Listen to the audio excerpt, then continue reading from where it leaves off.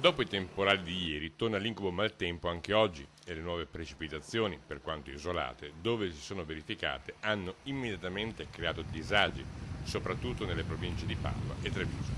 Un vero e proprio nubifragio, per esempio, si è verificato nel Padovana e in particolare nelle Stensi.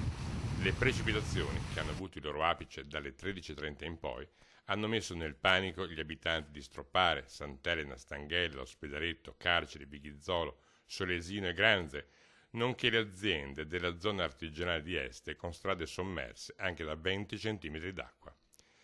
I vigili del fuoco in quelle zone sono stati chiamati a compiere quasi un centinaio di interventi tra strade allagate e cittadini in difficoltà.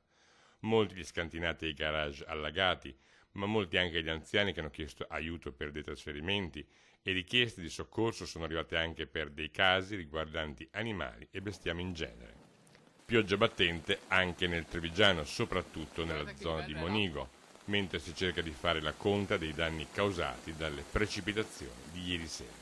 Guarda, sotto acqua da questo punto qua, fino a Rotonda, 20 centimetri di acqua che era. A fronte della situazione incombente, la Protezione Civile del Veneto ha dichiarato lo stato di attenzione per rischio idrogeologico su tutto il territorio regionale fino alle 14 di domani, invitando le amministrazioni, ove necessario, a porre in atto le previste procedure di allertamento della popolazione.